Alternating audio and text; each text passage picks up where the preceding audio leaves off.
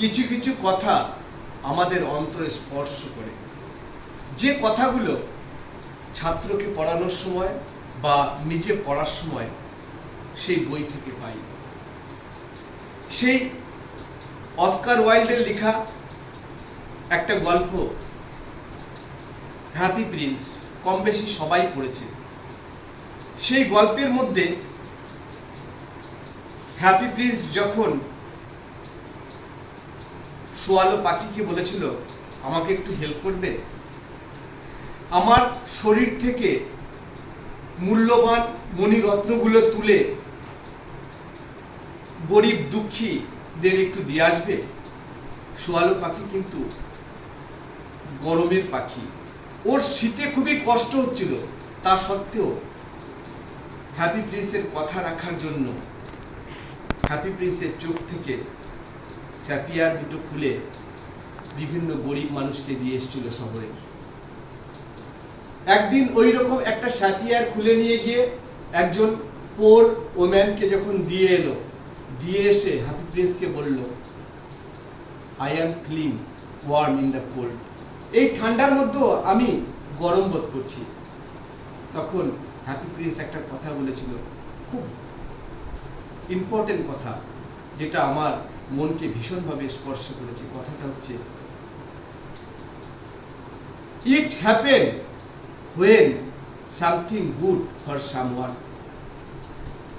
Swallow, এটা হয় যখন একজন মানুষ কোনো মানুষের জন্য ভালো কাজ করে, ভালো কিছু করে, তখন শীতের মধ্যেও গরম বোধ হয়।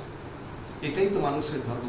আমি যদি মানুষের জন্য ভালো কিছু করি, তাহলে আমার মন থেকে আমার শান্তি পাবো এবং মনে একটা সুখ পাবো।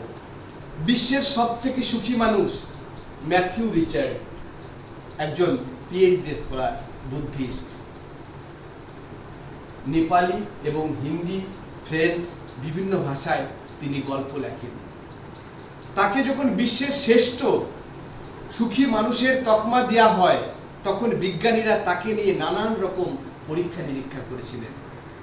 দেখেছিলেন ওনার ব্রেন থেকে 4টি গুরুত্বপূর্ণ কেমিক্যাল নির্গত হয়। এই গুরুত্বপূর্ণ 4টি কেমিক্যাল কি? ডোপামাইন, সেরিটোনিন, এন্ডোরফিন ও অক্সিটোসিন। মোট ব্রেন থেকে 60টা কেমিক্যাল নির্গত হয়। এর মধ্যে এই 4টি কেমিক্যাল এত গুরুত্বপূর্ণ, এটি যার ব্রেন থেকে নির্গত হয়, তার টাকা থাকুক বা না থাকুক, সে সেলিব্রিটি হোক বা না হোক, তার বিয়ে হোক বা না হোক, তার কিছু থাকুক না থাকুক, সে হচ্ছে বিরাট সুখী হয়। তাই সুখী হতে গেলে সেই বিখ্যাত একজন কিং যে যুদ্ধক্ষেত্রে গেছিল, যুদ্ধক্ষেত্রে যাবার পরে after a great fight he feel thirsty, সে তৃষ্ণাবোধ করেছিল।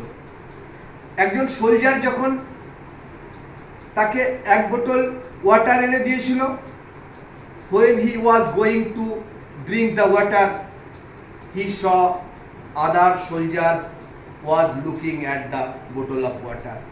অন্য একজন সৈনিক সেই জলের বোতলের দিকে তাকাচ্ছিল। তখন ওই রাজা ওই বোতলটি নিজে না পান করে ওই সৈনিককে দিয়ে দিয়েছিল। রাজা পরবর্তী সময় বলেছিল, সেদিন জল পান করে যে তৃপ্তি আমি পেতাম, তার থেকে আমি 1000 গুণ বেশি তৃপ্তি পেয়েছিলাম আমার সৈনিককে সেই বোতলের জলটা পান করিয়ে। এই স্যাক্রিফাইসের মধ্যে দিয়েই সুখ পাওয়া যায়। নমস্কার, ভালো থাকবেন।